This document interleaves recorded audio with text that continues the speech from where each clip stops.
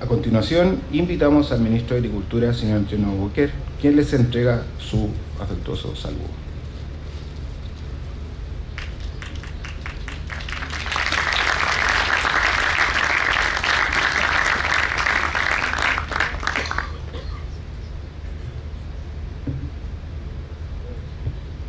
Bueno, primero que nada, muy buenos días a todos. Saludar a mi querido amigo y colega Alfredo Moreno, muchas gracias por estar acá.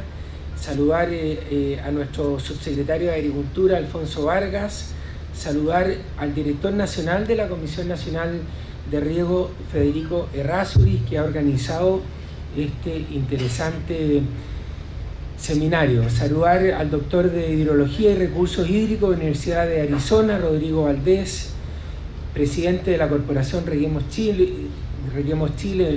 nuestro amigo Juan Sutil, a Félix Boglolio, al jefe de división de estudios y análisis financiero del MOP, Marcela Hernández, a nuestro querido Juan Pablo Mate, secretario general de la Sociedad Nacional de Agricultura, Patricia Vildósola, de Revista del Campo, editora de Revista del Campo y gran amiga del Ministerio de Agricultura.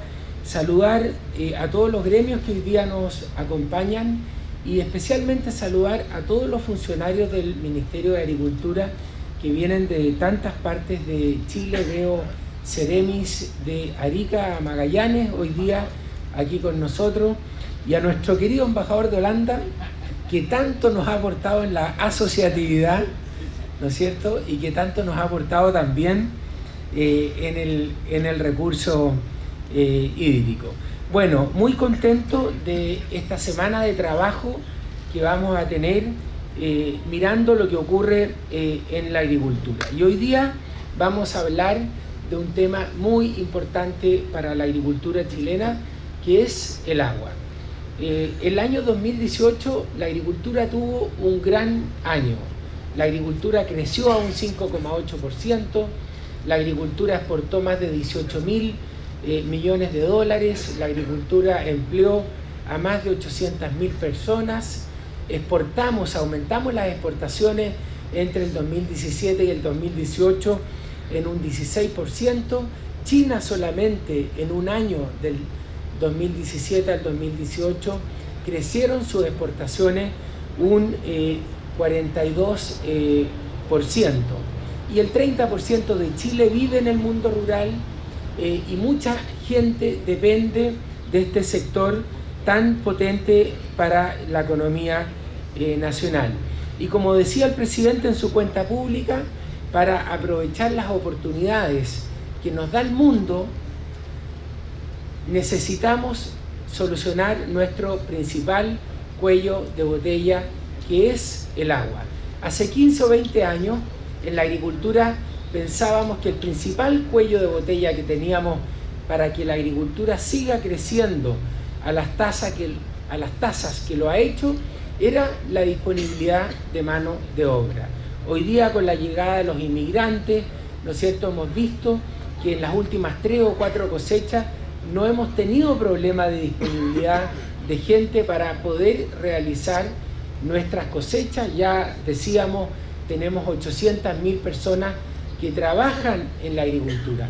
Hoy día vemos que el principal cuello de botella que tenemos para seguir creciendo es la disponibilidad de agua, y es por eso que hoy día estamos aquí con el ministro Moreno, que somos socios en este tema, ¿no es cierto?, de ver cómo abordar este tema para los próximos 50 años. Y creemos que tenemos muchos desafíos. Uno de los principales desafíos es seguir tecnificando el riego de la agricultura chilena. Es la misión que tiene Federico Errázuriz en la Comisión Nacional de Riego. Nosotros el año pasado tecnificamos 15.000 hectáreas. Hoy día tenemos el presupuesto más alto que ha tenido la Comisión Nacional de Riego, 67.000 millones de pesos, y gracias a las alianzas que hemos hecho con los gobiernos regionales hemos podido ¿no es cierto?, aumentar, incrementar nuestro presupuesto a 89.000 millones de pesos, y con eso haber tecnificado el año anterior 15.000 hectáreas de riego, pero vemos que no es suficiente y tenemos que seguir acelerando el tranco y tenemos que aumentar, ¿no es cierto?, nuestra superficie de riego con riego tecnificado. Solamente 1/3 de la agricultura chilena tiene riego tecnificado. ¿Y por qué es tan importante? ¿No es cierto? Porque cuando ponemos un riego por goteo podemos ocupar 8.000 metros cúbicos por hectárea en lugar de 12.000 o 14.000 metros cúbicos por hectárea. Y ahí tenemos una tremenda labor que es la principal función de la Comisión Nacional de Riego. También estamos trabajando en recargar acuíferos. Para eso hemos creado la Mesa Nacional de Recarga de Acuíferos. En esto estamos trabajando con 2 instituciones muy prestigiosas. Una de ellas es CSIRO de Australia y la otra es la Universidad de Davis de California. También hemos dispuesto de más de 1.000 millones de pesos para bonificar obras que consideren la recarga de acuífero, esto mejorar el nivel de sus pozos. También estamos disponiendo de un proyecto piloto de recarga de acuífero en Cachapoal, que vamos a hacer una inversión de 230 millones de pesos.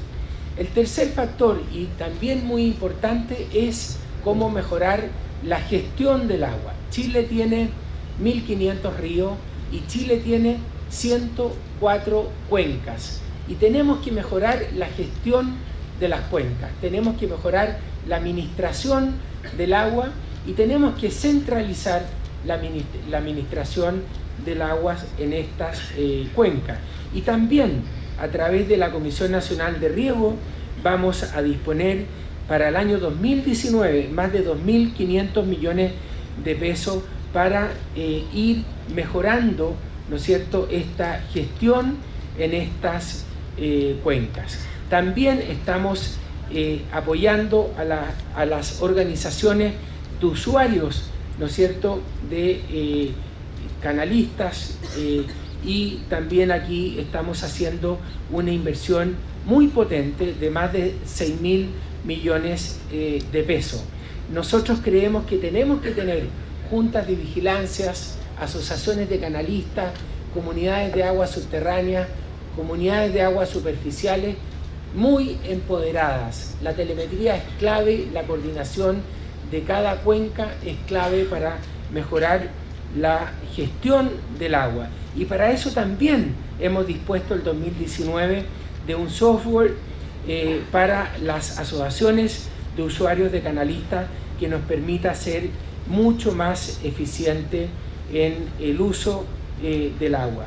También junto al Ministerio de Obras Públicas hemos podido priorizar, ¿no es cierto?, los 26 embalses en el Consejo de Ministros de la Comisión Nacional de Riego, una obra que tiene una inversión de más de 6.000 millones de dólares y que puede regar 400.000 hectáreas de nuestro sector agrícola, y en eso también estamos trabajando con el Ministerio de Obras Públicas. Y también, en quinto lugar, estamos haciendo distintos convenios con los gobiernos regionales, con la CONADI, con INDAP y el Ministerio de Energía. INDAP en esto es fundamental. INDAP también tiene un programa de riego. Aquí está nuestro director nacional, Carlos Recondo, destinado a ir fortaleciendo, ¿no es cierto?, el riego tecnificado de la agricultura familiar campesina. Y en esto, este año, en 2019, estamos destinando más de 10.000 millones de pesos adicionales para ir en apoyo de los regantes de la agricultura familiar campesina. También lo estamos ayudando a regularizar sus derechos de agua, porque para postular a los concursos de riego tecnificado tenemos que tener regularizados nuestros derechos de agua. Solamente y finalmente agradecerles que hayan asistido a nuestro seminario, a que nos acompañen durante todo el día. También vamos hoy día a lanzar nuestro gran plan de asociatividad para la agricultura chilena, el Plan Nacional de Asociatividad. Unidos todos queremos romper el individualismo de la agricultura chilena, y creo que vamos a tener muchos seminarios muy interesantes durante el día. También agradecer especialmente a los expositores que hoy día nos acompañan, donde nos van a mostrar cuáles son los proyectos del sector privado que tenemos para ayudarnos a solucionar el problema de riego de la agricultura chilena. Muchas gracias.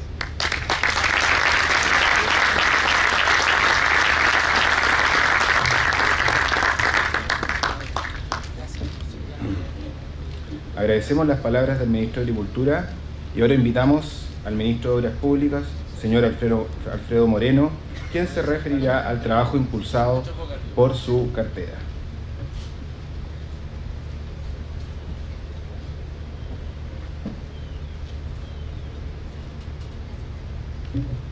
Bueno, muy buenos días. Yo me voy a sumar a todos los vocativos que ya se dieron antes, los dio el ministro, los dio quien lo antecedió. Saludarlos a todos, a las autoridades, a los dirigentes gremiales, a todos los agricultores que les interesa tanto este tema tan clave como es el agua. Yo quiero decir solamente tres cosas. Primero, ¿a qué nos enfrentamos? Porque es importante entender cuál es el problema que tenemos al frente para saber qué debemos hacer. Las precipitaciones y los caudales de los ríos de prácticamente toda la zona agrícola de Chile han estado cayendo persistentemente, pero no este año, sino que desde hace un tiempo largo.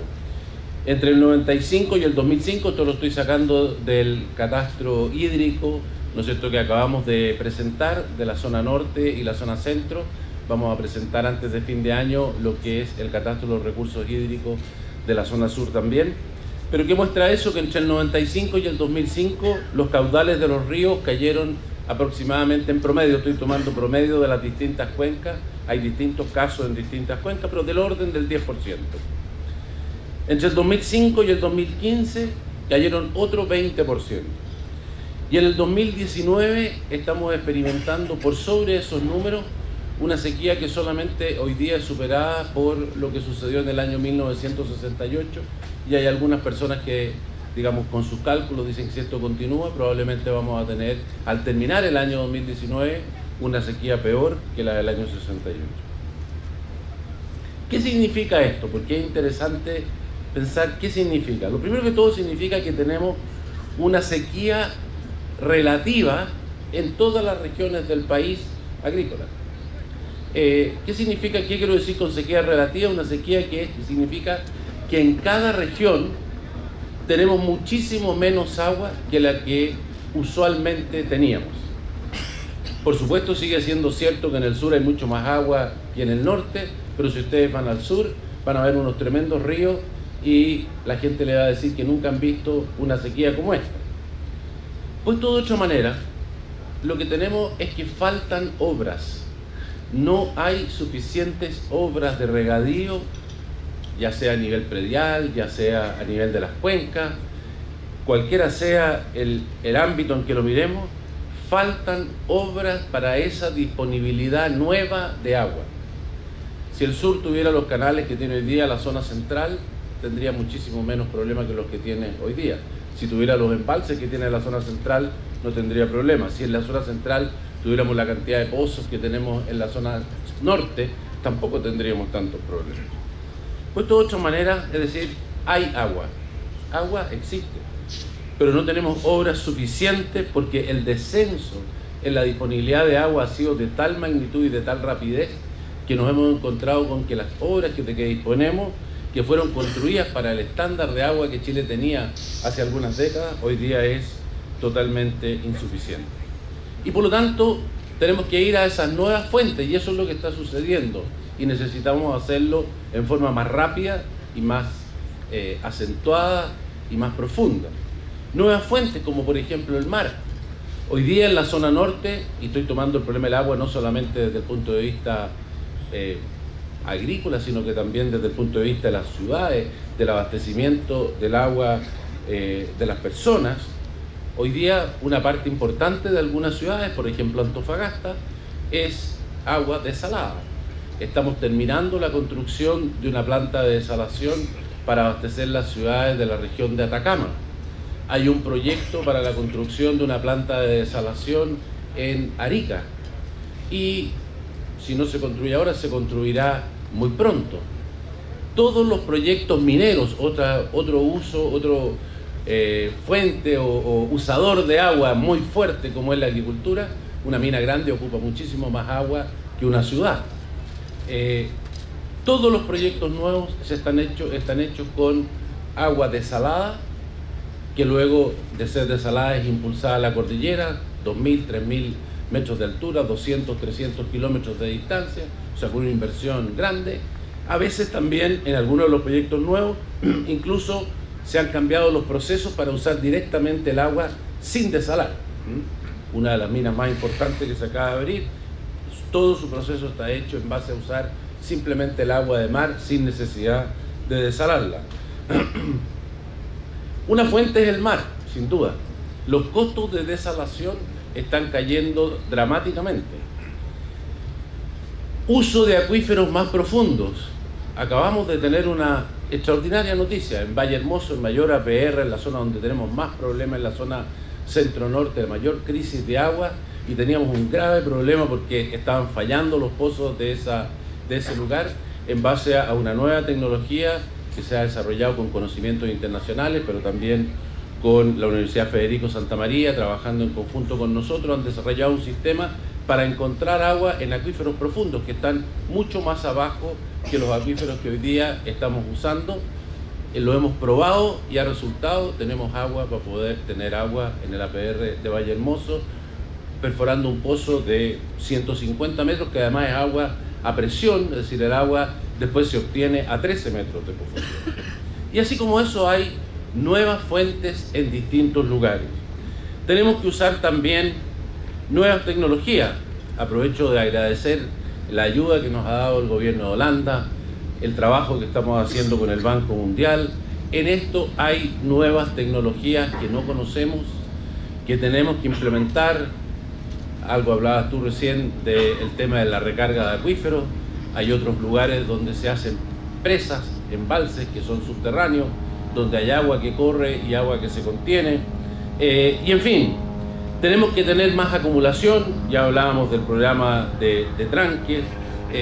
Tenemos que también utilizar estos acuíferos subterráneos y tenemos también que ser mucho más conscientes. Tenemos que hacer mejor uso del agua, porque el agua, voy a recordar para aquellos que estudiaron economía, a todos nos enseñaron, a los que estudiaron economía, la paradoja del agua y los diamantes, ¿no? A uno le enseñaban en primer año por qué era posible que el agua, que tenía tantos beneficios, que tenía la virtud de hacer posible la vida, no valía nada.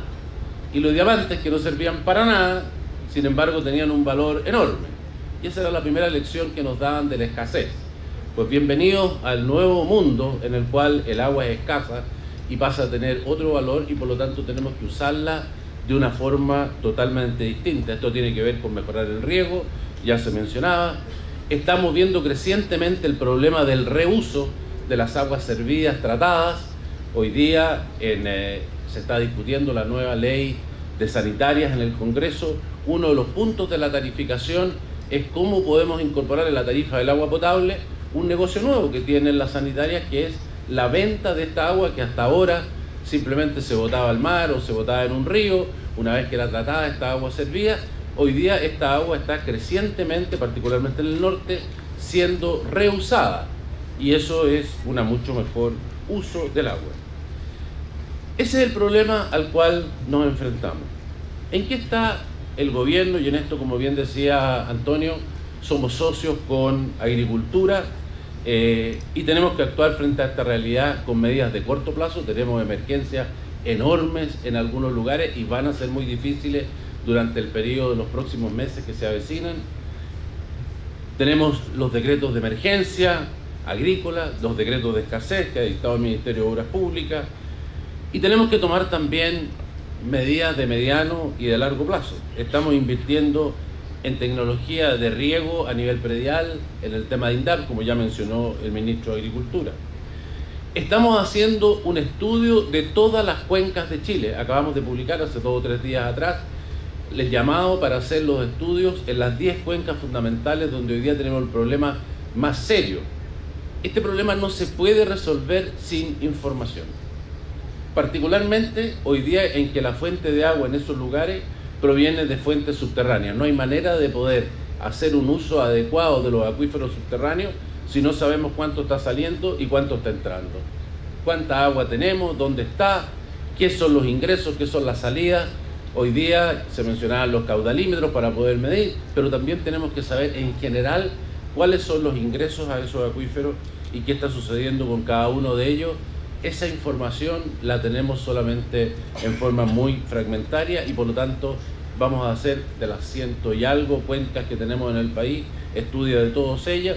Son estudios que requieren muchos recursos, requieren tiempo, estamos haciéndolo de a 10 cada año, haciendo por supuesto hincapié en aquellos que tienen mayores urgencias.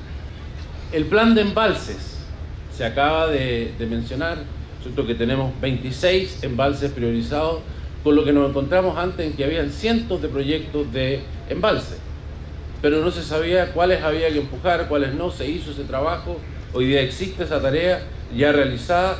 Esa es una inversión de orden de 6.500 millones de dólares. Hacer un embalse en Chile es una tarea muy difícil. Un embalse, si uno cumple con todas las reglas, se demora 13,5 años. En la práctica se demoran como 25, porque cada uno de ellos, por supuesto, tiene algún problema. Para que se demore 13,5, todo tiene que funcionar perfecto. Y eso, la mayoría de las veces, no sucede. Pero tenemos que hacer embalses. Estamos haciendo hoy día 4 embalses distintos en Chile. El promedio de los gobiernos en Chile ha sido hacer 1,5 embalses por cada periodo de gobierno, lo cual demuestra la dificultad de hacer los embalses. Vamos a iniciar las obras de un nuevo embalse que justamente está en la zona más compleja, el embalse Las Palmas. Yo creo que ya desde aquí a 1 o 2 semanas van a iniciarse las obras. Tenemos un plan para los APR. Esto es un tema que yo quería mencionar. En cuanto el agua empieza a escasear, y esto es lo que estamos viendo en todos los lugares donde hay emergencia, empieza el conflicto en el corto plazo entre el agua de consumo humano y el agua para los usos agrícolas. Si no resolvemos el problema de los APR, el problema del agua potable rural, nunca vamos a poder resolver el problema de lo que sucede a nivel de la agricultura. Entonces, me he juntado con prácticamente todas las juntas de regantes, juntas de vigilancia de las zonas que tienen hoy en día una emergencia seria en materia hídrica.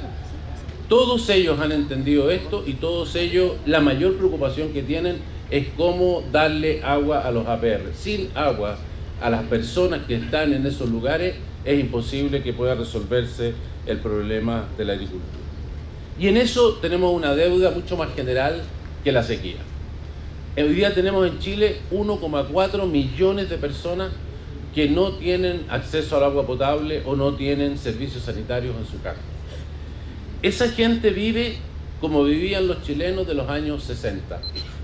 Sus hijos no tienen una esperanza de vida de 80 años, tienen una esperanza de vida de 60 o de 70. Si no enfrentamos ese problema, siempre vamos a tener una deuda enorme. Yo antes estuve en desarrollo social, dentro del trabajo que hicimos fue buscar los mayores problemas sociales de Chile y una vez que tuvimos una larga lista, hicimos una encuesta para saber cuál era el mayor problema o cómo se priorizaban. Lejos, en esa encuesta hecha a todos los alcaldes de Chile, todos los diputados, todos los senadores, gobernadores, intendentes, en fin, gente que está todo el día frente a los problemas de las comunidades, lejos el primer problema social en Chile, lejos. Aquí esto incluye los niños del Sename, las mujeres que son golpeadas, las personas, digamos, que tienen que cuidar a personas que tienen dependencia severa y no tienen plata para tener un cuidador, las personas que salen de la cárcel y no les dan un trabajo y por lo tanto no pueden cambiar su vida. Frente a todos esos problemas, la gente consideró por una amplísima mayoría que el mayor problema es la falta de agua potable rural. Por esa razón tenemos un trabajo que durante los próximos años lo que pretende es cubrir esa falta. Vamos a crear 169 nuevos sistemas de APR en el país. Vamos a ampliar y renovar más de 200.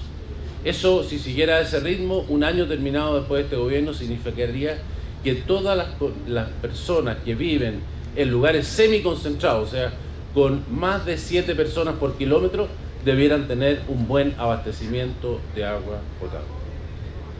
Insisto, esto es algo que no podemos dejar atrás.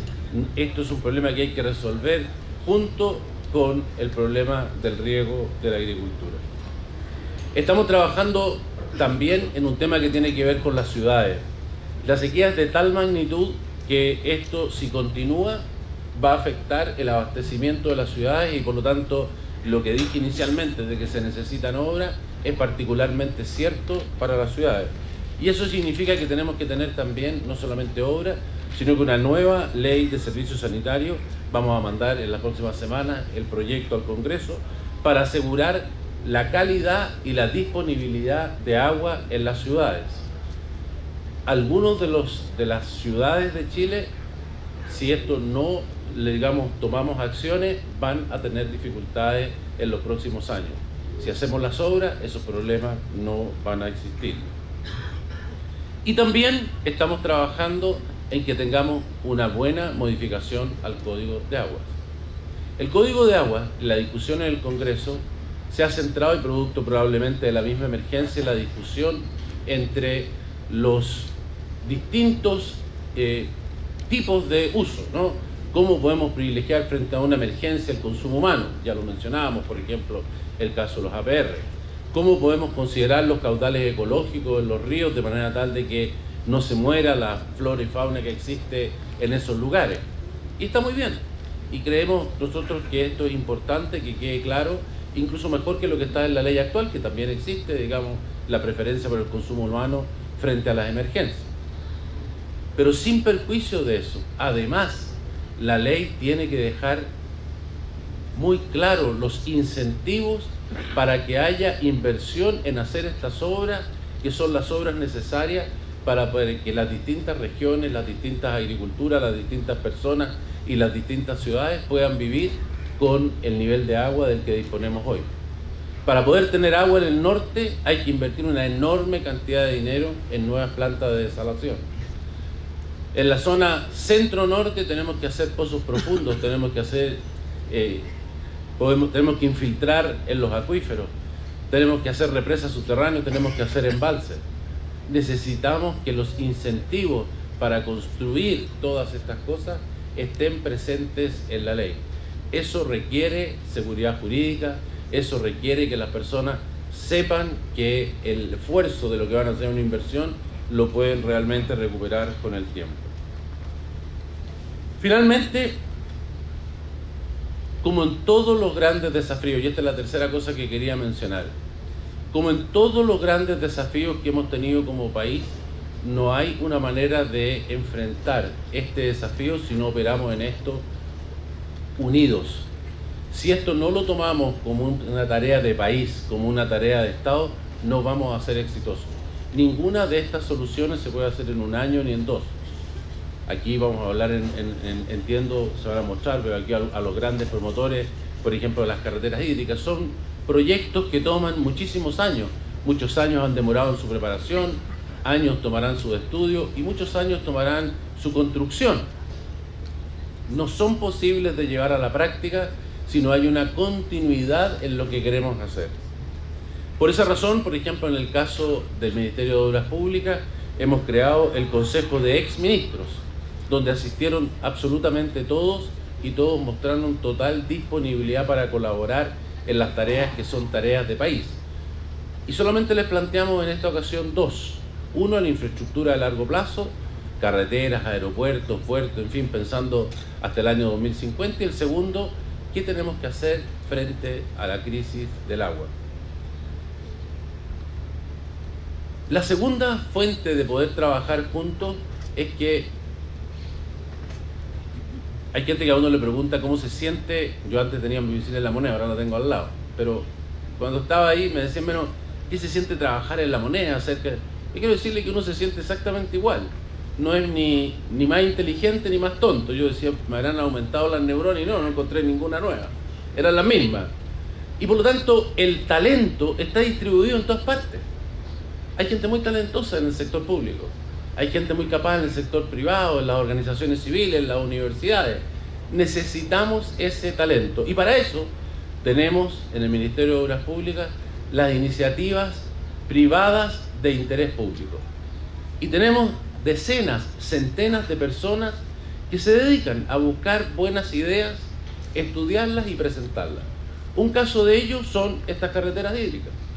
Otras personas hacen, por ejemplo, han propuesto los trenes a Valparaíso, extensiones de la carretera 5 Norte. En fin, tenemos decenas y centenas de muy buenas ideas que nuestro interés es que se concreten. Y por esa razón, solo quiero terminar diciendo que frente a este tema de las carreteras hídricas, una ya la tenemos, otra la vamos a recibir en los próximos días, las vamos a estudiar concienzudamente, en la medida en que tengan interés para ser convertidas de interés público, vamos a pedirles que hagan los estudios que sean necesarios para ver su factibilidad, para ver sus alternativas, y de esa manera entonces que se conviertan en una obra que beneficie a millones de chilenos que no solamente en la agricultura, también en las ciudades, pueden beneficiarse de resolver este problema del agua que, vuelvo a decir, es un desafío muy grande, pero es un desafío que se puede resolver si trabajamos todos juntos y si usamos las tecnologías y hacemos las obras que son necesarias. Muchísimas gracias.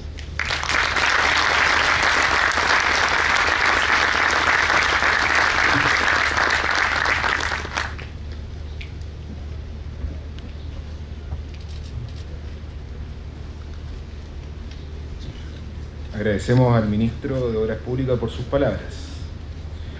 Siguiendo con el programa, iniciaremos el primer bloque de exposiciones.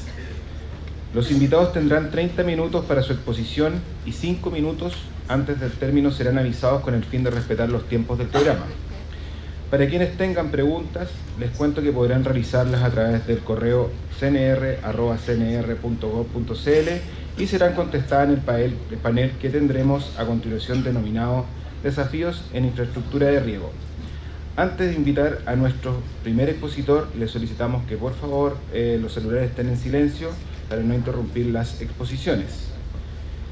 En esta primera intervención conoceremos la presentación del Central Arizona Project que realizará el señor Rodrigo Valdés.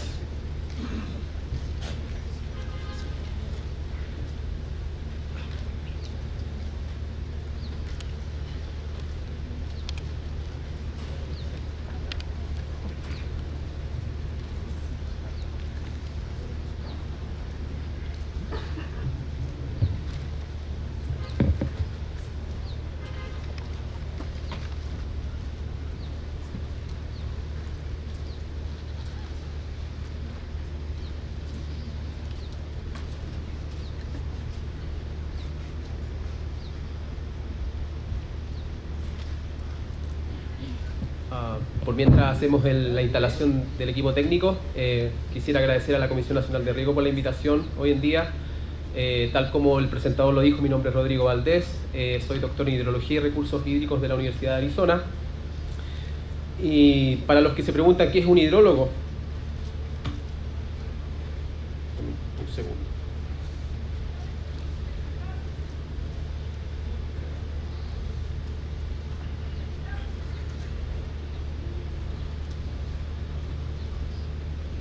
Bueno, un hidrólogo es un profesional específico que trabaja en materias hídricas, que entiende cómo funciona el agua en los distintos sectores productivos, ya sea sectores agrícolas, sectores mineros, en la sociedad en general.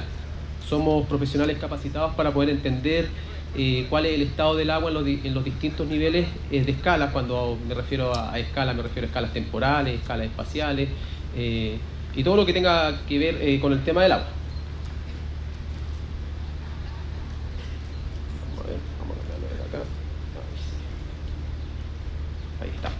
Entonces, el título de mi presentación hoy día es Transporte y recarga de agua en Arizona en zonas áridas de Estados Unidos, y vamos a hablar un poco de las lecciones aprendidas, que es lo que ha pasado durante estos últimos 50, 60 años en el estado de Arizona, y qué ventajas y desventajas podemos tomar desde esta iniciativa que se generó más o menos en la década del 50. Déjenme comenzar hablando sobre las zonas áridas del mundo.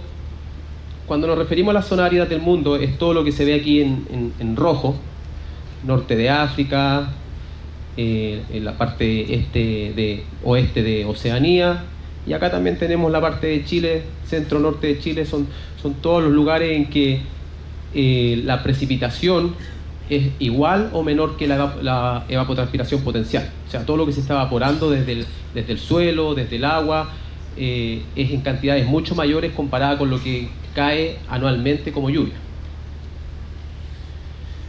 Y como profesional hidrólogo estamos encargados de entender cómo funciona el ciclo hidrológico. Y aquí tenemos una visión muy comprensiva del ciclo hidrológico. En general lo que tenemos, comenzamos con las lluvias. De las lluvias podemos generar nieve, de la nieve podemos generar recarga hacia los acuíferos. Y aquí un concepto muy interesante y muy importante que me gustaría que diferenciáramos. En general, cuando hablamos de recarga de acuíferos, es el agua que llega a nuestros niveles subterráneos, lo que llega a la napa freática, como se le llama. La infiltración es un proceso distinto. La infiltración es el agua que llega solamente a la zona no saturada. Esa agua nunca toca el acuífero. Entonces ahí tenemos que diferenciar de manera bien precisa esos dos términos: infiltración y recarga de agua.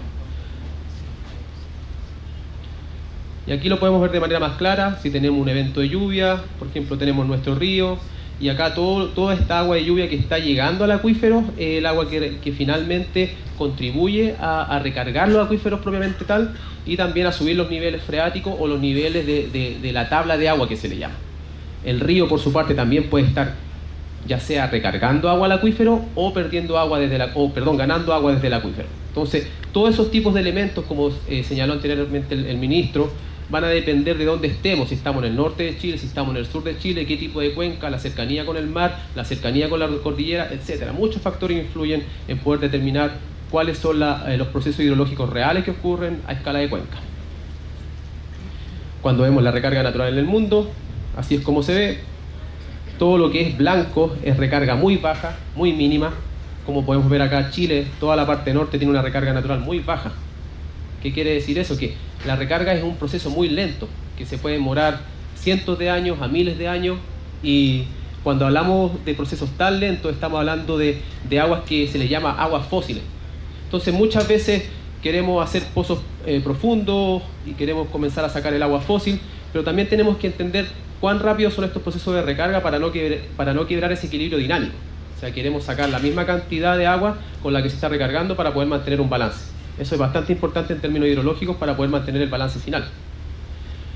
Ahora, tomando la realidad de Arizona, aquí podemos ver Estados Unidos. Todo lo que se ve en color es la cantidad de lluvia que cae en el año. En general en Estados Unidos se habla que el meridiano 100 es la línea divisoria climática de Estados Unidos. O sea, todo lo que ocurre a la derecha del meridiano 100 es más húmedo que lo que ocurre al lado izquierdo. Todo lo que se ve en rojo es precipitación muy baja, más o menos hasta los 400 milímetros. Y el estado de Arizona es esta área que se ve por acá. ¿Se ve el puntero, no? No.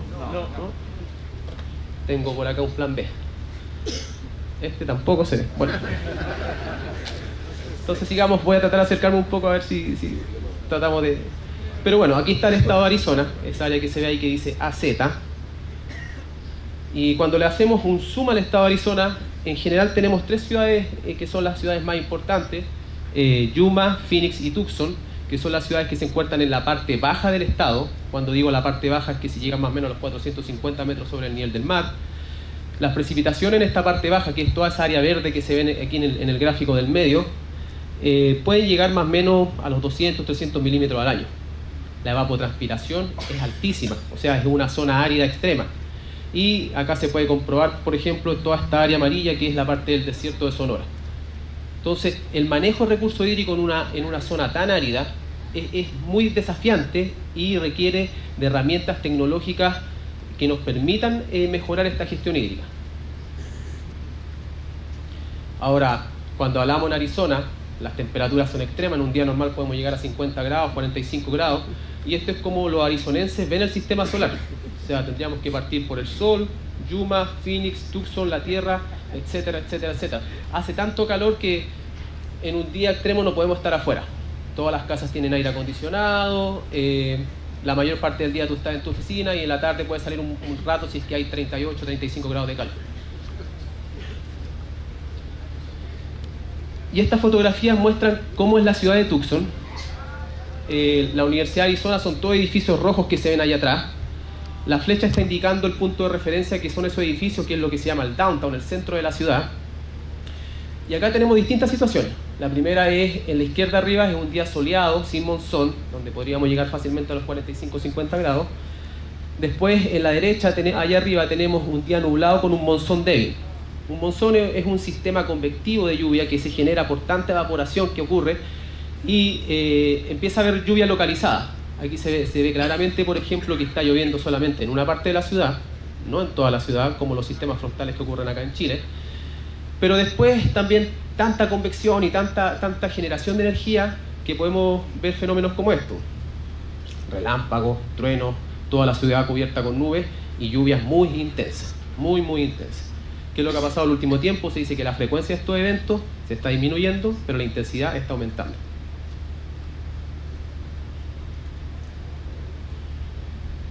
Y aquí podemos ver, ir atrás uno, y nos vamos adelante otro. Y acá se puede ver, vamos a ver si funciona el video, creo que no funciona, pero bueno, este era un evento convectivo acá donde se veía un montón de truenos y relámpagos. Allá atrás está la ciudad de Tucson.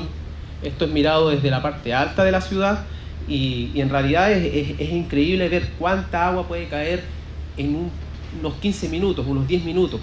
Algunas veces tú vas manejando y ves el agua que está lloviendo, no está lloviendo de manera vertical, está lloviendo de manera horizontal, lo cual es una situación, en términos hídricos, es bastante agua.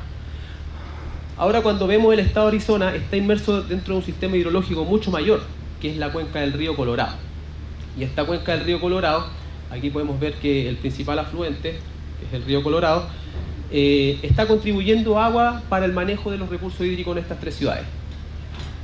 El área de la cuenca es más o menos 600.000 kilómetros cuadrados, tiene un caudal promedio de 640 metros cúbicos por segundo. En los periodos de sequía podemos llegar hasta 15 metros cúbicos por segundo. Imagínense esa alta variación que tienen los caudales.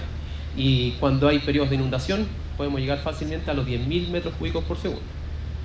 ¿Cuánto es lo que produce este río en un año, más o menos en promedio? 74.000 millones de metros cúbicos al año.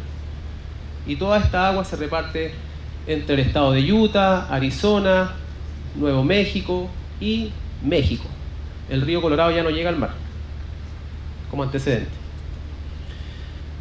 ¿Qué ha pasado? Uno de los impactos importantes dentro de este estado ha sido el crecimiento poblacional.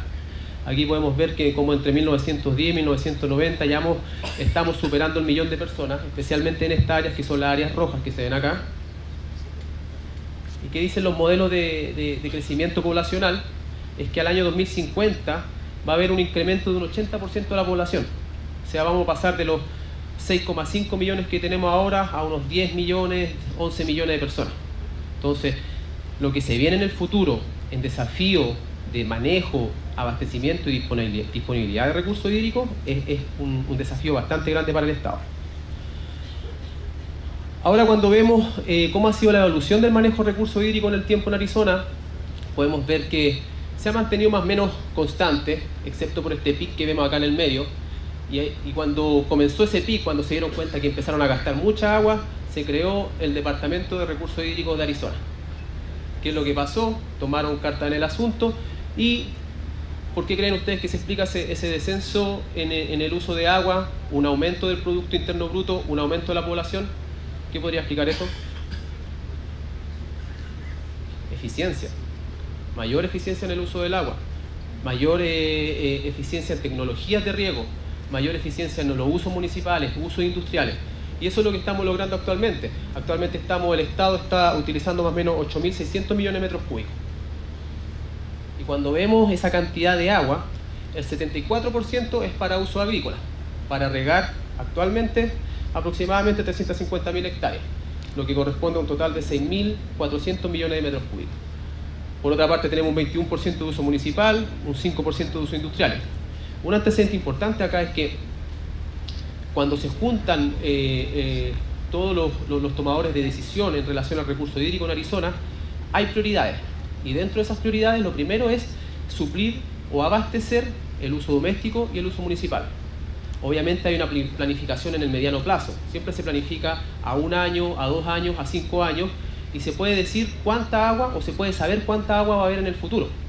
Obviamente Estados Unidos es un país con mucha información, con muchos datos espaciotemporales, y manejan información que les permite tomar ese tipo de decisiones. Entonces, una vez que la demanda está cubierta en términos de uso doméstico y municipal, ¿cuánto nos queda? Y nos vamos a repartir para toda la parte agrícola, y por ahí podemos llegar prácticamente a esos 6.000 millones de metros cúbicos que vemos ahí. Ahora, el agua que se utiliza viene desde distintas fuentes, no solamente del río Colorado, también tenemos, de hecho, es solamente un 36% del total de agua que se usa en el estado viene del río Colorado. Un 3%, lo que estaba señalando el ministro anteriormente, es agua reciclada. Pero no es agua reciclada que la vendan las compañías, es agua reciclada que la producen ellos mismos, la limpian ellos mismos y se ocupan en infraestructura verde para regar los parques, por ejemplo. También tenemos uso de un 40% de agua subterránea y un 21% de los ríos. La mayor parte de los ríos en la parte baja del estado están secos.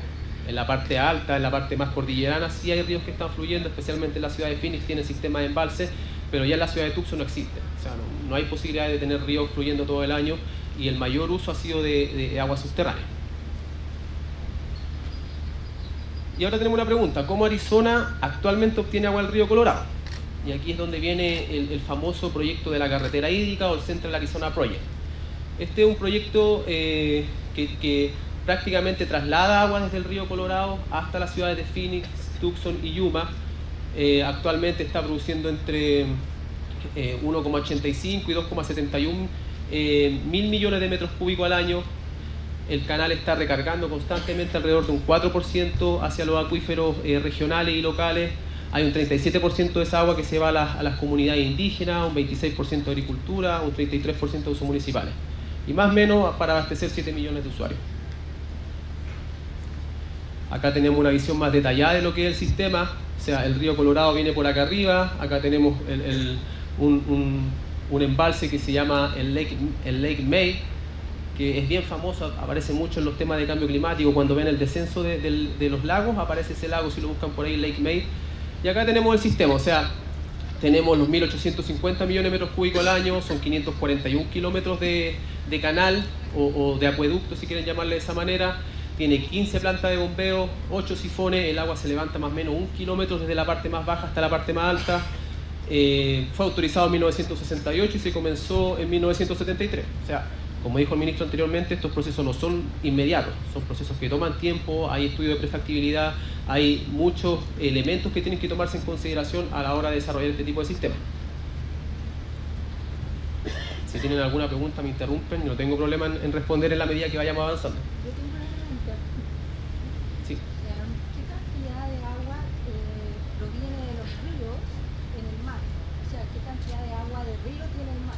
La pregunta era: ¿qué cantidad de agua viene de los ríos Hacia el mar. hacia el mar? O sea, el contenido de agua del mar que proviene de los ríos. Sí, es una excelente pregunta. O sea, prácticamente lo que queremos discutir es cuánta agua de nuestros ríos se va al mar. ¿Eso sería más o menos? No, porque estaba pensando yo en cómo podría afectar climáticamente el hecho de que ya no llegue el agua de un río. Entiendo. O sea, prácticamente, ¿qué pasaría si el río Colorado ya no está llegando al mar? O sea, el río de Colorado, usted dijo que ya no estaba allí. Ya no llega al mar el río Colorado. Entonces, claro, pero ese es un río, y supongamos que después más ríos no llegan al mar.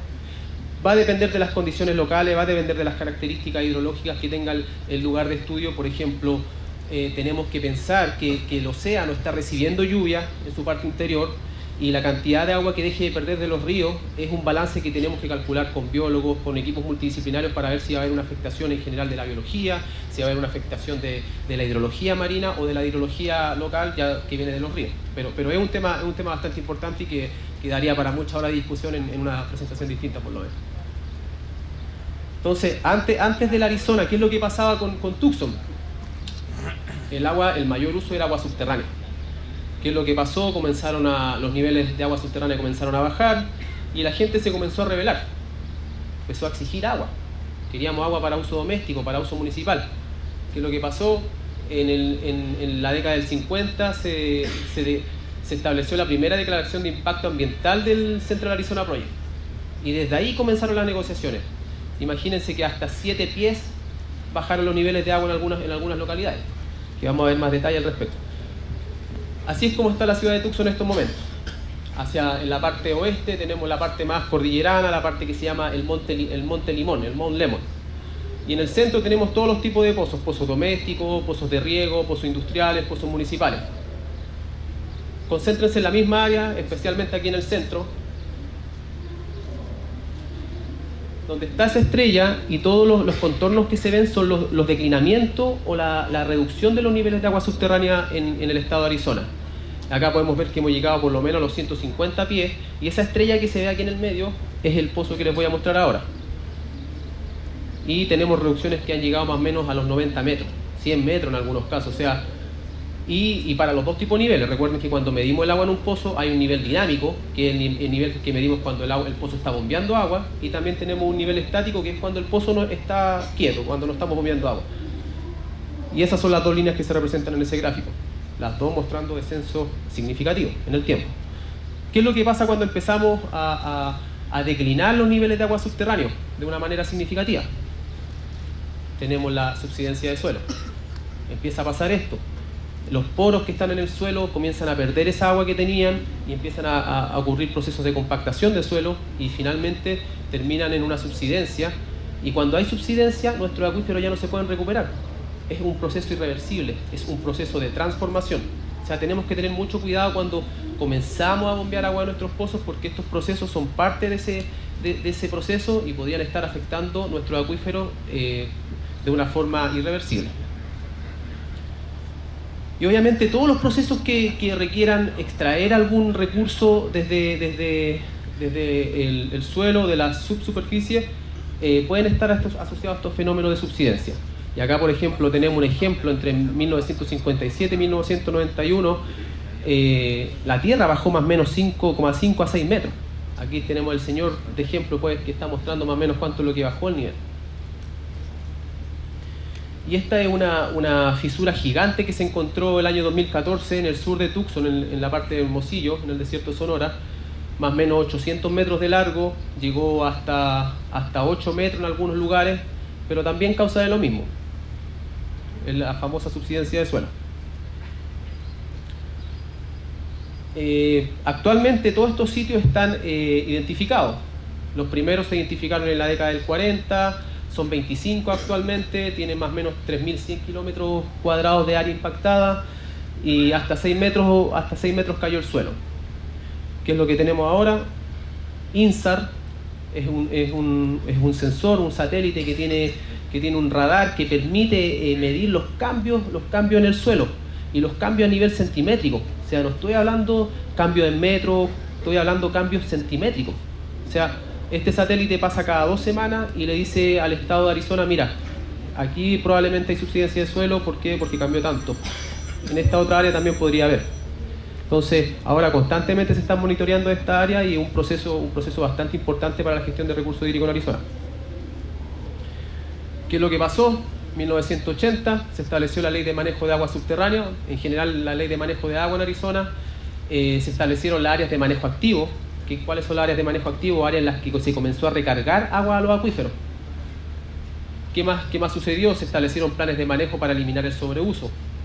Se establecieron restricciones al desarrollo de nuevas áreas productivas. Y este es un punto muy importante, porque cuando queremos desarrollar nuevas áreas productivas, ¿qué es lo que pasa? Si usted quiere tener un nuevo proceso productivo, tiene que asegurar o tiene que demostrar que el agua va a estar disponible en el largo plazo, en los siguientes 50 años, en los siguientes 100 años, y que va a estar disponible de manera legal, que va a estar disponible de manera física, y que va a estar disponible de manera ambiental. ¿Qué más ha sucedido? Se establecieron requerimientos para la conservación de agua, especialmente en términos de calidad, y se establecieron requerimientos para el uso de agua reciclada. Entonces ese era el 3% que les mostré anteriormente, que ya estamos trabajando con agua reciclada. En 1986 se estableció el programa de almacenamiento de agua subterránea y recuperación de acuíferos. O sea, ya se dieron cuenta que estaban declinando los niveles de agua subterránea y tuvieron que hacer algo para poder comenzar a recuperar esos niveles. Una vez que los niveles se comenzaron a recuperar, dijeron, ok, 1994, ahora vamos a modificar un poco la ley, pero vamos a agregar almacenamiento, ahorro y reabastecimiento de agua subterránea. ¿Qué quiere decir eso? Que el reabastecimiento está asegurando, valga la redundancia, la seguridad hídrica para el mediano y largo plazo. O sea, el objetivo general es más o menos al 2025, al 2030, tener agua disponible en todos los acuíferos del estado de Arizona. Y estas son las áreas activas de manejo distribuidas en el estado de Arizona. Son todo, como les señalé anteriormente, son todas las áreas donde hay proyectos de recarga de acuíferos y que están relacionados con el Central Arizona Project. O sea, toda el agua que se está recargando acá, la mayoría viene del río Colorado. ¿Cuáles son las fuentes de agua para la recarga? Ya las habíamos mencionado anteriormente, principalmente el río Colorado, las tormentas monzónicas, un recurso importante de agua en el corto plazo de manera concentrada, y el agua reciclada. ¿Y qué es lo que podemos hacer para el manejo de la recarga de acuíferos? Tenemos distintos sistemas: pozos de inyección, cuencas de infiltración, que debería ser cuencas de recarga, y recarga en río. Aquí tenemos una visión más general de los tres sistemas. Todos ellos tienen ventajas y desventajas, de las que no voy a mencionar hoy día por un tema de tiempo, pero en general, por ejemplo, a grandes rasgos, las cuencas de infiltración requieren un área mucho mayor de impacto. No sabemos realmente si estamos recargando el agua al acuífero o no, porque tenemos que hacer un estudio bien acucioso de lo que hay debajo de la cuenca de infiltración. También podemos recargar en pozos poco profundos, en la zona no saturada, o pozos profundos en la zona saturada. También recarga en río, etc. Y estas son algunas de las fotografías de los sistemas de recarga en Tucson. Este es el Abra Valley, el Valle Abra en Arizona. Allá atrás, por ejemplo, se pueden ver algunos de los cultivos que están cercanos al área de la zona de recarga. Voy a sacar una foto. Y bueno, estos métodos de recarga de cuenca o piscinas de infiltración o piscinas de recarga usan agua principalmente del río Colorado y agua reciclada, como lo mencioné anteriormente. Los pozos de inyección, dijimos que hay dos tipos: los que inyectan a la zona no saturada o la zona badosa, y también una inyección profunda, que es agua que va directamente al acuífero. Y también tenemos recarga en río, que en general se dice que es un método más económico. Obviamente este método no es económico, tiene diques construidos ahí y podría ser un poquito más costoso, pero en general lo que tenemos en el río son tasas de recarga mucho menores, pero en general se señala que es un método económico. No el anterior, pero este sí, recarga natural en río, sí sería mucho más económico. Y cuando hablamos del manejo de la recarga de acuífero, tenemos consideraciones generales, tenemos que evaluar nuestro sitio, tenemos que hacer un diseño preliminar y consideraciones generales al respecto, y tenemos una etapa de colección de datos y un monitoreo y mantención continuo. Y esta es la parte en la que generalmente nosotros fallamos: monitoreo y mantención. O sea, no sacamos nada con construir un sistema de recarga y dejarlo funcionando si en el futuro no tenemos un plan de mantención adecuado y monitoreo adecuado. Y cuando hablo de un plan de mantención, quiere decir que muchas veces el agua se empieza a estancar en las piscinas de infiltración y tenemos que hacer un subsolado, tenemos que hacer muchas medidas que nos permitan mejorar la recarga en términos de las tasas de recarga que estamos dando a nuestro acuífero. Y acá tenemos otra pregunta. A pesar de tener agua para la recarga, aún existe un problema muy importante en la selección de un sitio de recarga. ¿Cuál sería? ¿Cuál es ese problema? ¿Cuál sería ese problema? Cerca, pero es la falta de datos. Recordemos, nuestro acuífero es todo lo que está debajo de nuestros pies. Es imposible verlo desde acá. Tenemos que tener métodos geofísicos, tenemos que implementar metodología. Por eso es que decimos que los datos hidrogeológicos son escasos. Entonces, queremos caracterizar un acuífero o un sitio de recarga, tenemos que hacer testigos geotécnicos, tenemos que hacer calicatas, tenemos que hacer piezómetros, tenemos que utilizar métodos geofísicos. Pero tiene los datos de las norias, aguas abajo, que se secan en invierno. Sí, claro. Obviamente las norias son lo que llamamos nosotros un pozo poco profundo, y muchas veces esa fluctuación del nivel subterráneo subsuperficial es mucho mayor que la del acuífero profundo. Con la recarga de aguas arriba tú puedes llenar las norias en invierno. Sí, vamos a conversar más detalles acerca de eso. Entonces, por ejemplo, si quisiéramos evaluar un sitio, queremos recargar el agua acá, ¿qué es lo que hacemos? Decimos, por una primera parte, comenzamos con calicata. Perfecto, hacemos nuestras calicatas, vemos cuánto es lo que podemos recargar ahí. hacemos nuestros testigos geotécnicos para poder caracterizar la litografía, la geología del lugar, y podemos instalar piezómetro. ¿Con cuál nos quedamos? Con todos, exactamente. Todos los métodos, la mayor cantidad de datos que podemos generar, eso es lo que necesitamos. Me quedan 5 minutos, así que me voy a apurar un poco. ¿Qué método seleccionar? Todos. Desarrollar test piloto, es importante en este tipo de esquemas, que sean en el mediano y largo plazo.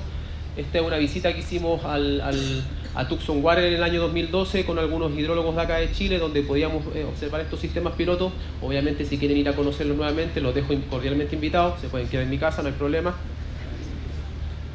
¿Y cómo evaluamos la recarga de acuífero? Obviamente tenemos que incluir este plan de mantención, tenemos que hacer una limpieza frecuente de los pozos si estamos trabajando con pozos, y tenemos que hacer tratamientos químicos para la calidad del agua. Temas básicos y temas fundamentales que nos van a permitir optimizar el uso y mantención de nuestros sistemas de recarga. Por ejemplo, si queremos mejorar el rendimiento de una piscina de infiltración. Acá tenemos un ejemplo, tenemos esta capa de sedimento que generalmente se coloca en la piscina de infiltración, y después podríamos hacer algo como esto, algunos surcos. ¿Pero por qué no mejoraría esto? Porque a pesar de que vamos a tener esta capa de sedimento, podemos mejorar la recarga lateral. Entonces, tenemos que ver cuáles son las ventajas y desventajas de nuestro sistema de recarga, y tenemos situaciones locales que tenemos que considerar cuando estamos trabajando con este tipo de sistemas. Finalmente, el impacto de los sistemas de recarga en Arizona. En la parte de arriba podemos ver cómo los niveles subterráneos han aumentado en el tiempo en los últimos 30 años, y en las áreas donde no hay manejo de la recarga de acuíferos, los niveles siguen disminuyendo. Entonces es importante tener estos sistemas de recarga funcionando, es importante mantener los niveles de nuestros acuíferos constantes en el tiempo. Entonces, la experiencia internacional en Arizona, el transporte hídrico combinado con la recarga de acuífero ha sido exitosa en el estado de Arizona. Obviamente tenemos que hacer una selección acuciosa de nuestro sitio de recarga, tenemos que estudiar detalladamente el sitio, pero no sobreanalizarlo. Tenemos que desarrollar estudios piloto a largo plazo y desarrollar estos planes de mantención y operación que nos permitan optimizar el uso de estos sistemas. Finalmente, unos mapas acá. Mira, este es el mapa que muestra las áreas de recarga o la recarga manejada de acuífero en el mundo. Acá tenemos Chile.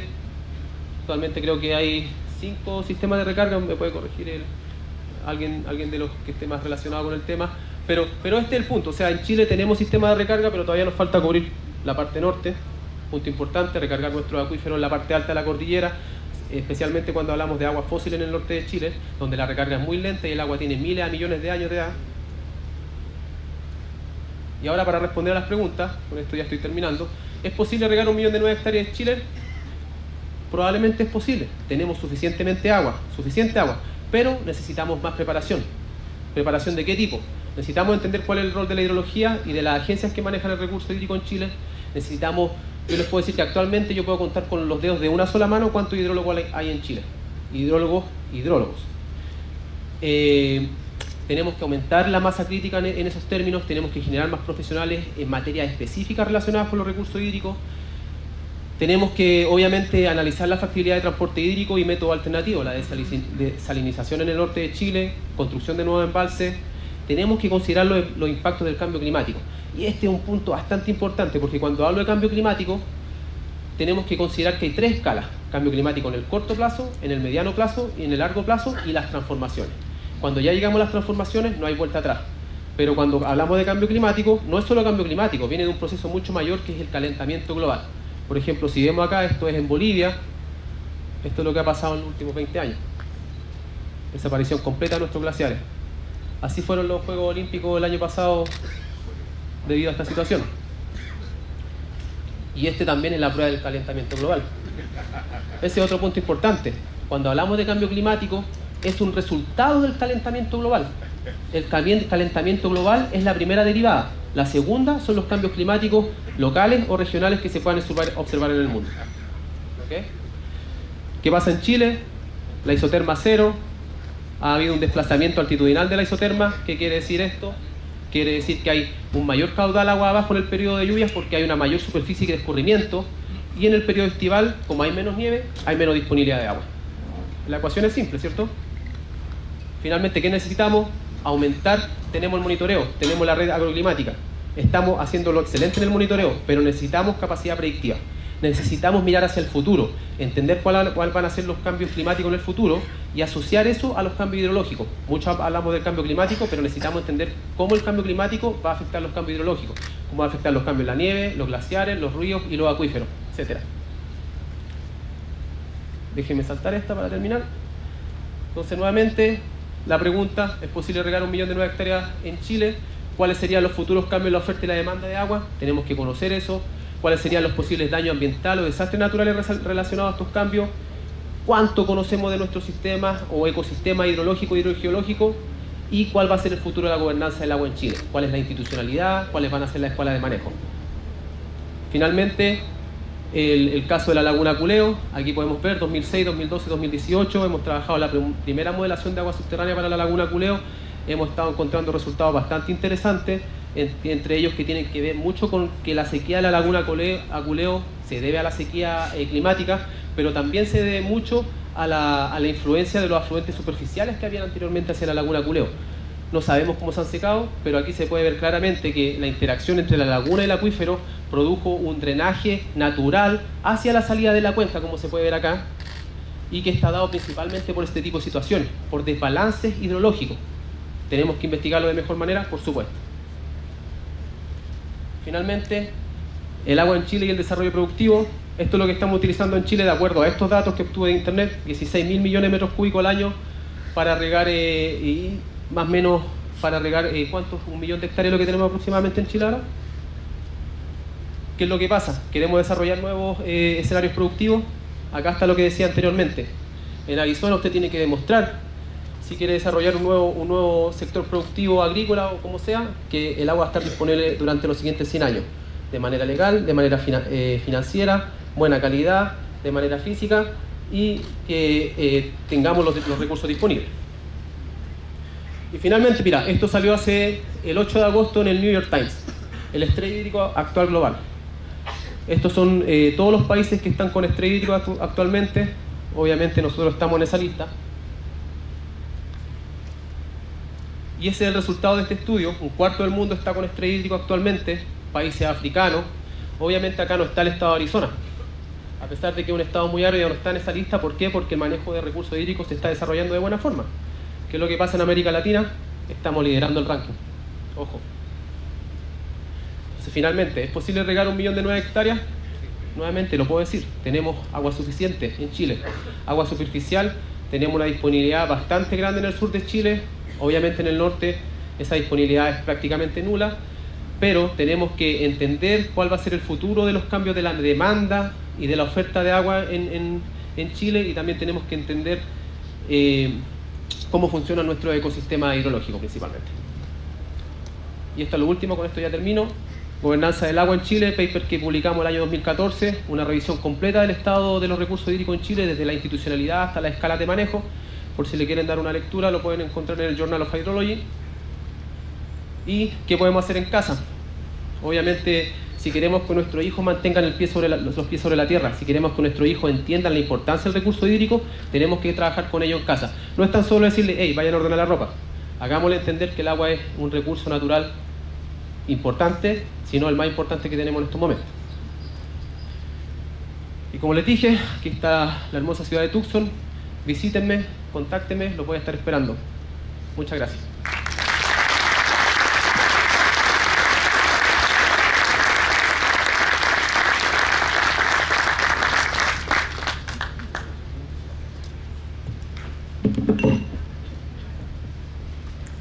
Agradecemos la presentación de Rodrigo Valdés. Muchas gracias.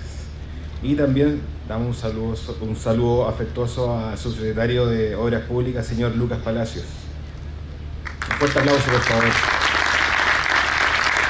Les recordamos que para quienes tengan preguntas, las podrán realizar a través del correo cnr@cnr.gov.cl, las que serán contestadas en el panel en el segundo bloque.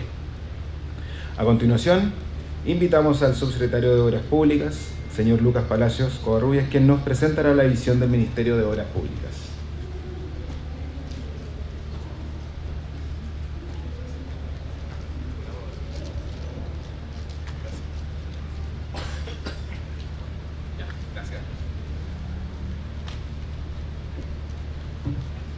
Muchas gracias por la invitación, ministro Walker, subsecretario Vargas, director Federico Razo de la Comisión Nacional de Riego, bueno, y todos los asistentes. Aquí veo muchas caras conocidas y que nos ha tocado discutir muchas veces respecto a cómo poder superar este tema, que la verdad es que es una pelea que estamos perdiendo. Para ser bien concreto, la fuerza de la naturaleza puede mucho más de lo que podemos nosotros, al menos con las herramientas que hemos estado utilizando hasta el momento. Y esa es la razón por la cual tenemos que innovar, tenemos que transformarlo esto en un tema país, en un tema que esté mucho más allá de la política, porque es un tema que nos va a afectar a todos. Nos va a afectar no solamente a nosotros, sino que muy profundamente si es que no le hacemos frente como corresponde a nuestros hijos, a nuestros nietos. Y eso tiene que ver con el consumo humano, evidentemente, que siempre es lo prioritario, lo más importante. No puede haber gente que no tenga agua para tomar. Pero evidentemente que también para la industria, para la agricultura, para la minería, para la mantención de los sistemas ecológicos y para todo. Porque esto es un sistema. Es un sistema. Escuché con mucha atención la muy interesante, te felicito Rodrigo, presentación de Rodrigo Valdés. Y la pregunta la formuló varias veces: ¿podemos regar 1 millón de hectáreas más en Chile? Con lo que estamos haciendo actualmente, no. La verdad es que se nos va a dificultar regar el 1.200.000 hectáreas que estamos regando. Pero ¿podemos regar 1 millón de hectáreas adicionales? Sí podemos regar 1 millón de hectáreas adicionales. Pero para eso hay que hacer cosas distintas. Hay que pensar out of the box, como se dice, ¿cierto? Pensar desde afuera, desde lejos, qué cosas distintas podemos hacer. ¿Y por qué uno saca esta conclusión? Antes de empezar con la presentación. Porque, por ejemplo, si el 82% del agua en Chile la utiliza la agricultura y solamente una porción de la agricultura utiliza riego tecnificado, y es el riego tecnificado el que permite una eficiencia de un 90% del agua que se utiliza en la agricultura, pero nuestro promedio, porque utilizamos otros tipos de riego que son menos eficientes, nuestro promedio de eficiencia de riego para el agua es de un 54%. Solamente con ese valor uno dice, si es que aplicáramos en el resto de las hectáreas riego tecnificado, podríamos aumentar la eficiencia en alrededor de un 40 o un 38% más. Solamente sacando un cálculo matemático. Y algo también importante que dijo Rodrigo Valdés, que no es que haya menos agua. Si el agua en el planeta es la misma ahora que hace 200 años. Lo que pasa es que tenemos el agua que se manifiesta de forma distinta. Hoy tenemos las lluvias convectivas, ¿cierto? Que tú le decías como las tormentas monzónicas en Arizona. Bueno, acá son las lluvias convectivas, que básicamente es el mismo fenómeno, ¿no? Y que no solamente llueve muy fuerte, eso significa que llueve mucho en un corto periodo de tiempo y en un lugar específico. Y aparte de dejarnos la escoba con las obras públicas, lo que se lleva a los puentes, caminos, etc., esa agua termina muy rápidamente en el mar. Y entonces, es un problema, pero también es una oportunidad. Si nosotros aplicáramos la tecnología, los métodos de infiltración o de inyección para poder acumular esa agua y que no se nos arranque, a lo mejor podríamos darle un mejor uso. Pero eso significa, de nuevo, hacer cosas a las cuales no estamos acostumbrados. Entonces, es importante ponernos en contexto. Nosotros estamos enfrentando en el país un desbalance hídrico, que es producto del cambio climático sin ninguna duda. Hoy está lloviendo distinto, está lloviendo menos. Como lo dijo el expositor anterior, esto está teniendo también un efecto muy importante en la acumulación de agua dulce en la cordillera. Estamos a estas alturas del año en agosto y no hay una gota de nieve. Y la nieve, nuestra cordillera de los Andes, es el receptorio de agua dulce que tenemos en el país. Y esto no es una cosa que uno dice al voleo, esto lo hemos ido midiendo las últimas 2 décadas a través de la medición del comportamiento de los glaciares en la cordillera, que son verdaderos termómetros planetarios, nos van diciendo cómo se comporta el clima. Y resulta que ahora, a partir de febrero, lo que se deshiela ya no es la nieve porque no hay, sino que son los glaciares. Entonces, más allá del cuidado de los glaciares, no hay que perder de vista que lo que nos entregan los glaciares son información respecto a de qué forma está impactando el cambio de la temperatura, el cambio o la disminución de la acumulación de nieve en la cordillera y por lo tanto también en los flujos de los ríos aguas abajo en la época en que ustedes y nosotros necesitamos regar los campos. Y existe un desbalance, y así como está lloviendo en forma distinta, la naturaleza se está manifestando en forma distinta, nosotros podemos hacer mitigaciones con tecnología, y es por eso que también el trasvase de aguas de un sector a otro cabe en lo que tenemos que estudiar, y estamos estudiando. Porque hay sectores que si es que no inyectamos agua, se van a secar. Y esto tiene un análisis económico sin ninguna duda, pero también tiene un análisis social y un análisis cultural. Hay sectores completos que se están muriendo porque no estamos siendo capaces de dar una respuesta como país. Y por eso digo que la batalla la estamos perdiendo. ¿Quién es el encargado de resolver esto? Yo creo que en gran parte tenemos que enfrentarlo al Estado, pero ojalá que no sea con ningún afán de ventaja política de ningún sector, porque este es un tema que si no nos va a superar completamente. Y eso significa, por lo tanto, que tenemos una sequía relativa. Hay sectores que todavía no tenemos sequía, aunque ustedes no lo crean. Hay sectores incluso en el país en donde los glaciares están aumentando. No están todos disminuyendo, lo que pasa es que lo que hace noticia es aquellos sectores en que disminuye, pero algunos sectores que están aumentando, y eso nos obliga a replantearnos las cosas. Y evidentemente que necesitamos invertir más y gestionar mejor el agua que tenemos. ¿Es posible regar un millón de nuevas, a continuación dice hectáreas, no sé por qué se cortó? Sí podemos regar 1 millón de nuevas hectáreas adicionales, pero hay que ponerse las pilas. Y vamos para hacer un análisis bien rápido. Estoy de acuerdo también con Rodrigo Valdés que eso es un tema de oferta y demanda. ¿Dónde está el agua? ¿Y qué le vamos a exigir al agua en esos lugares? Para aumentar la oferta tenemos un plan de embalse. 26 embalses, vamos a sumar uno adicional, van a ser 27 embalses priorizados. En promedio, cada embalse, desde que comienza el estudio hasta que se pone la primera piedra, demora 15 años. El problema se va a gatillar mucho antes. Entonces, ¿es el embalse la única forma en que hay que abordar este tema? Sin duda que no. Ayuda, pero no es la única.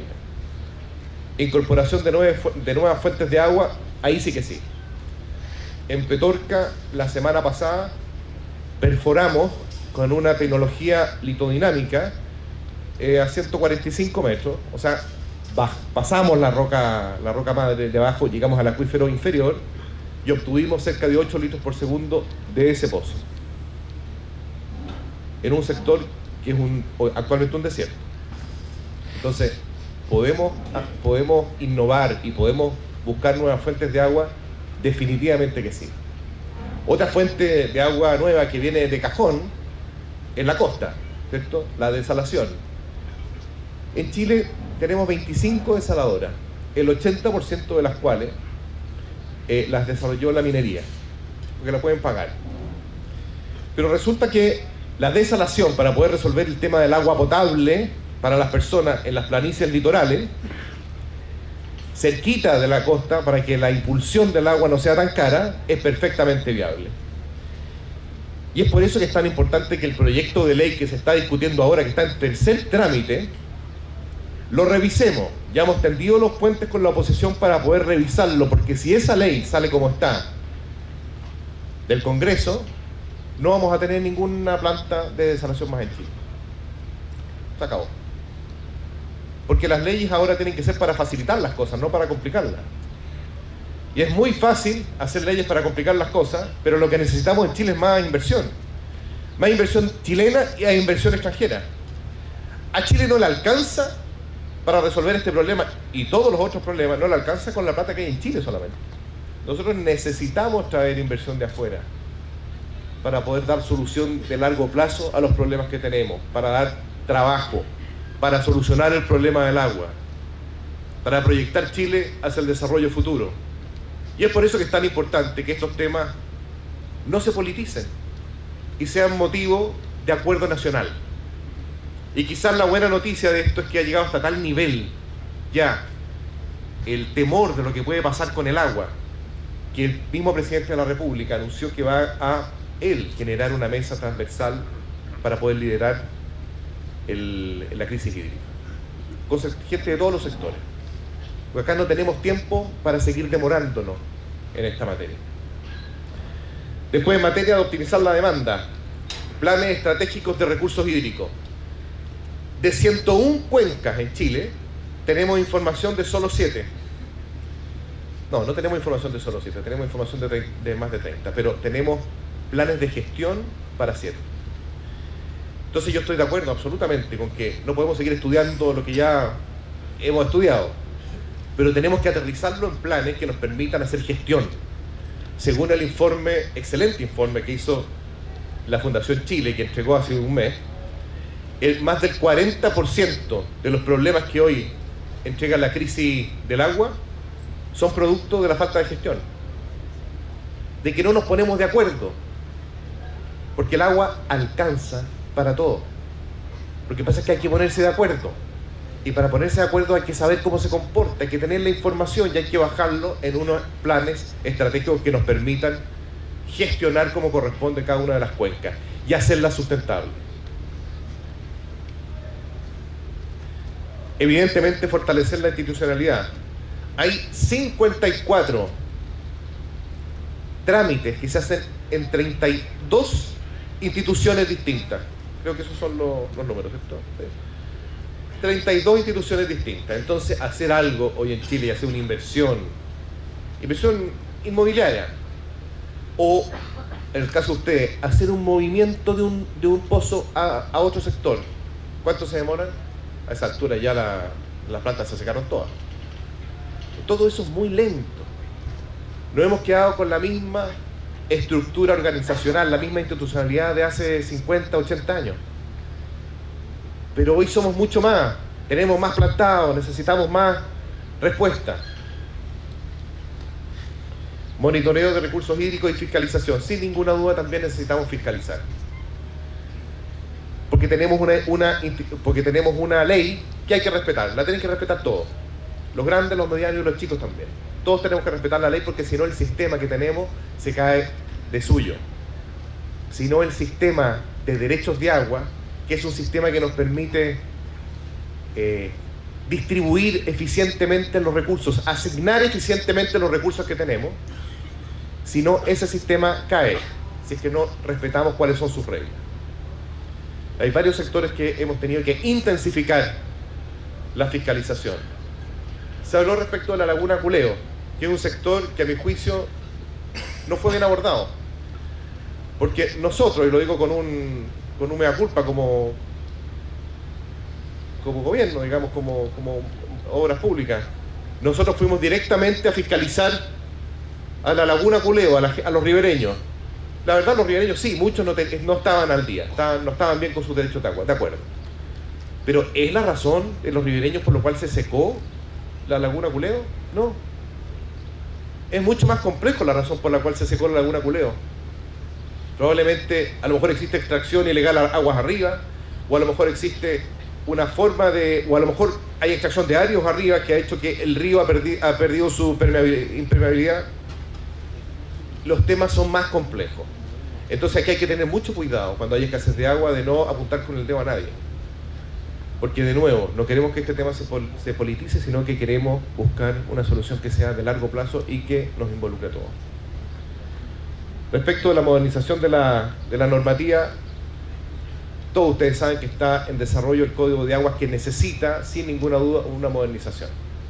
Es un código antiguo, le hacen falta muchos elementos, muchas herramientas, pero algo que no le hace falta es innovar o cambiar respecto a aquellas cosas que nos han hecho que el país crezca y que pueda desarrollarse como tal.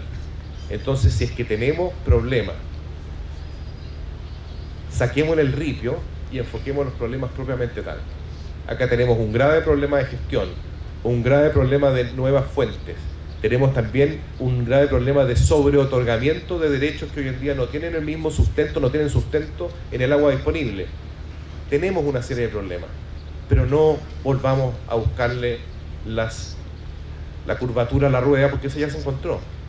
En nuestro país se encontró y funciona relativamente bien. Lo que pasa es que tenemos nuevos desafíos.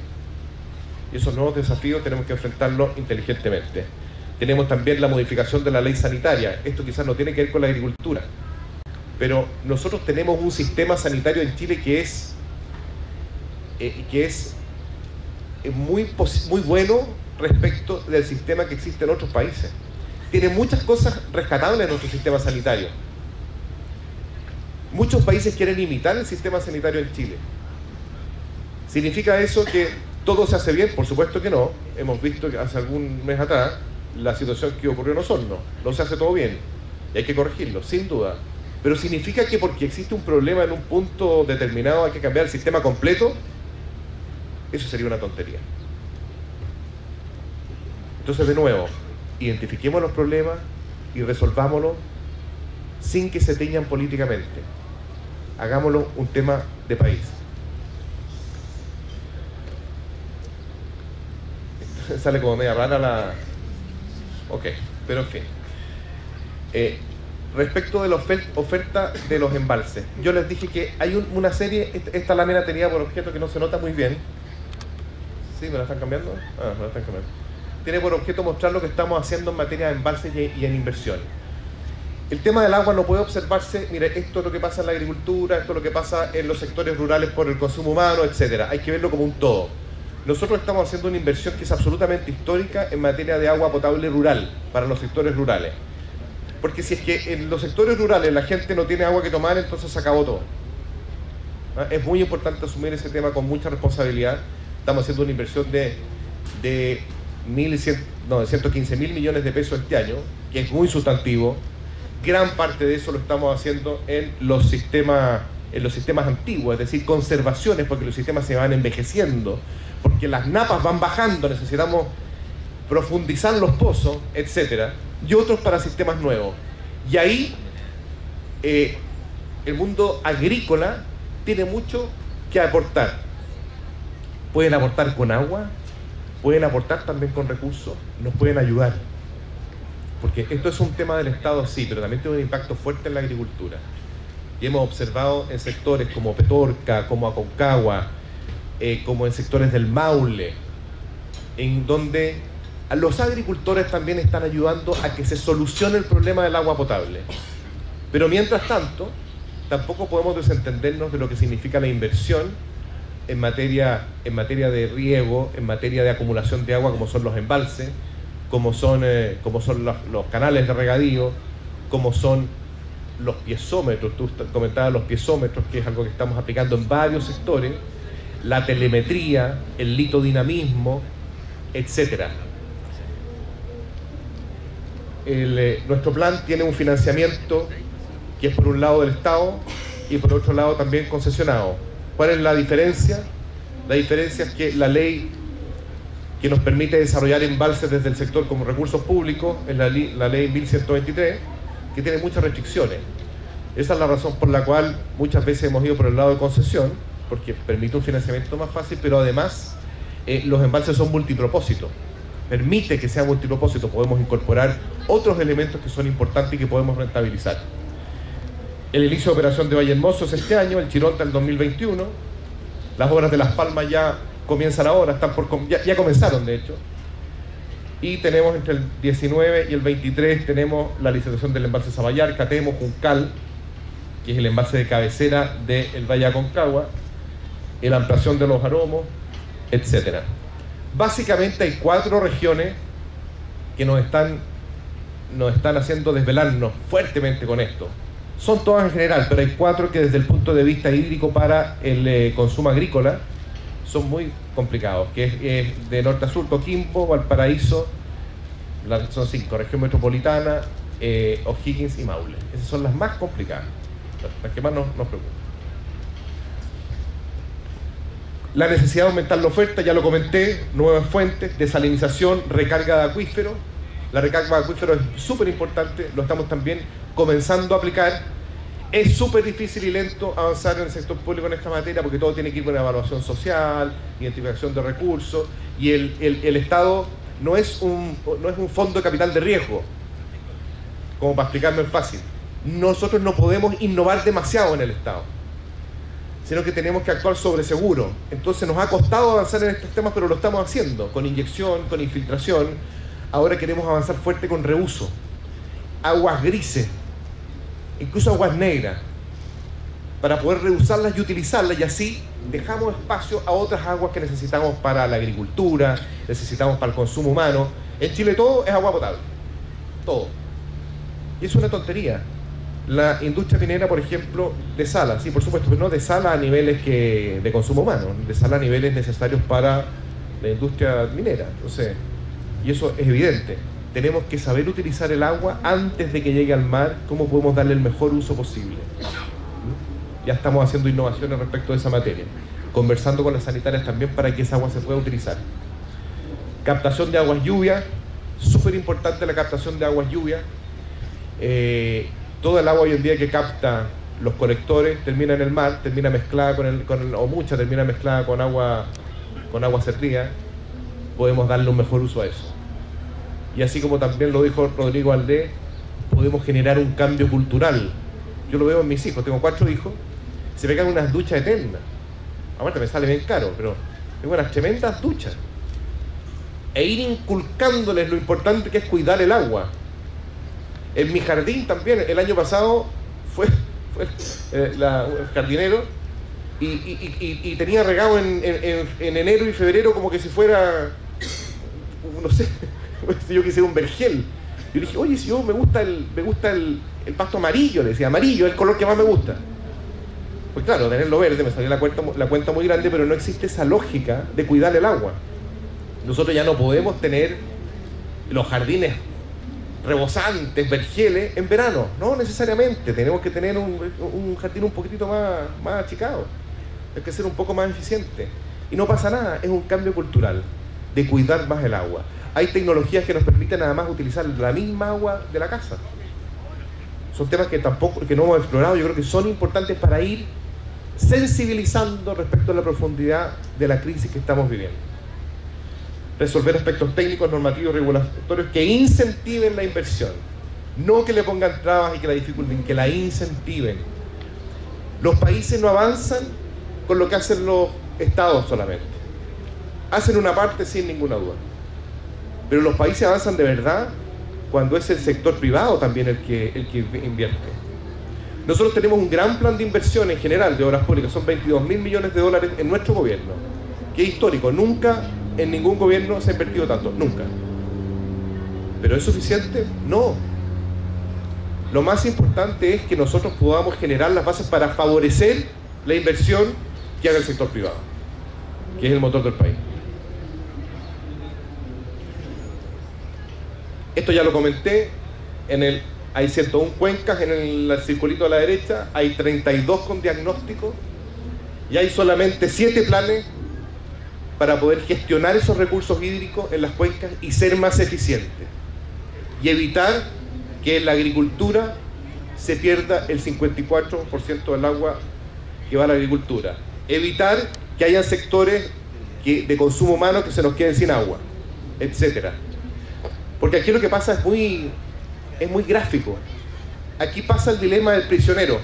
No sé si lo conocen, pero claro, como me estoy quedando sin agua, acumulo agua. No busco, ¿por qué? Porque pienso que el otro, si no lo acumulo yo, el otro lo va a hacer. Entonces yo mismo rompo el equilibrio que necesitamos acordar entre todos para gestionar de buena forma los recursos que tiene la cuenca.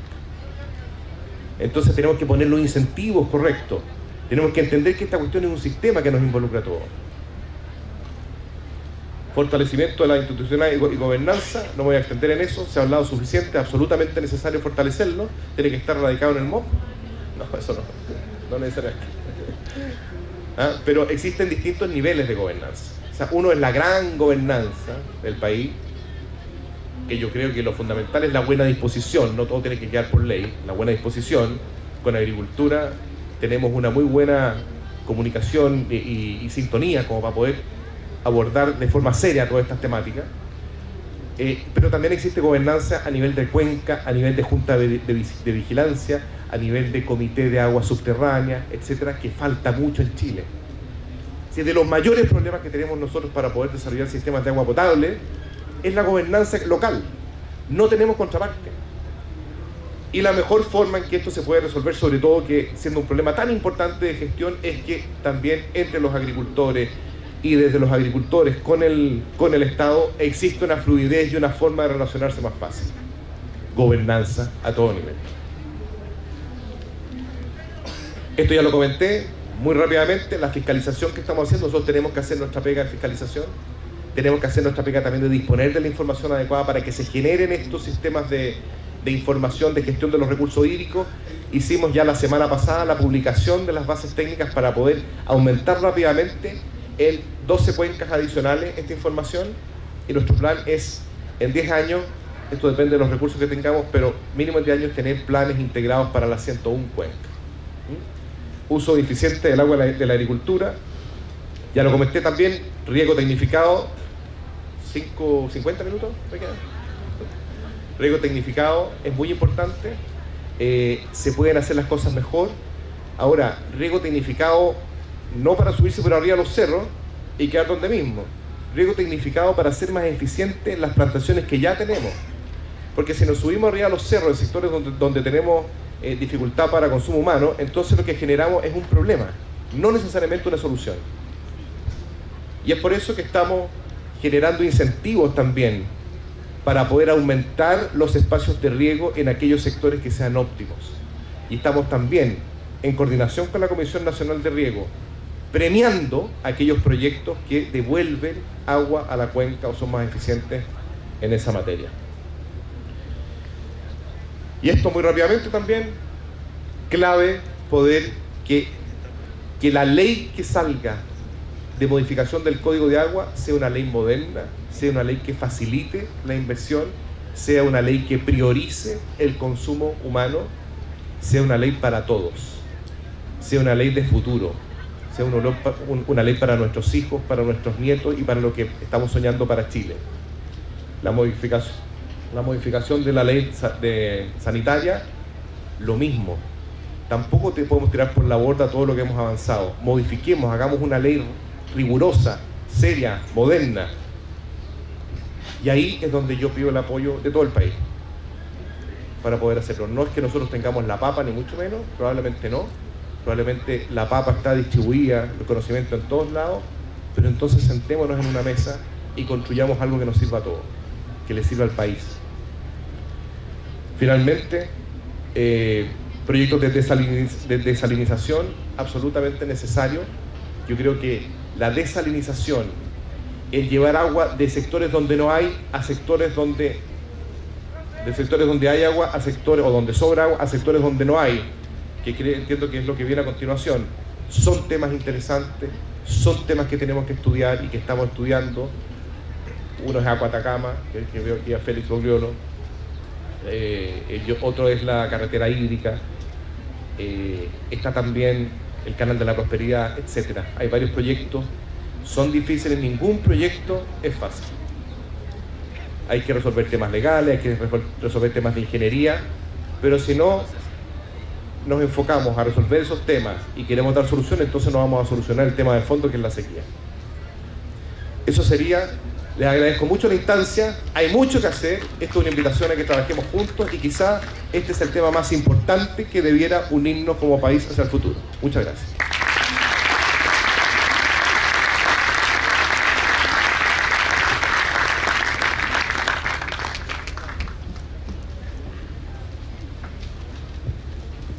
Agradecemos al subsecretario del Ministerio de Obras Públicas, Lucas Palacios, por sus palabras.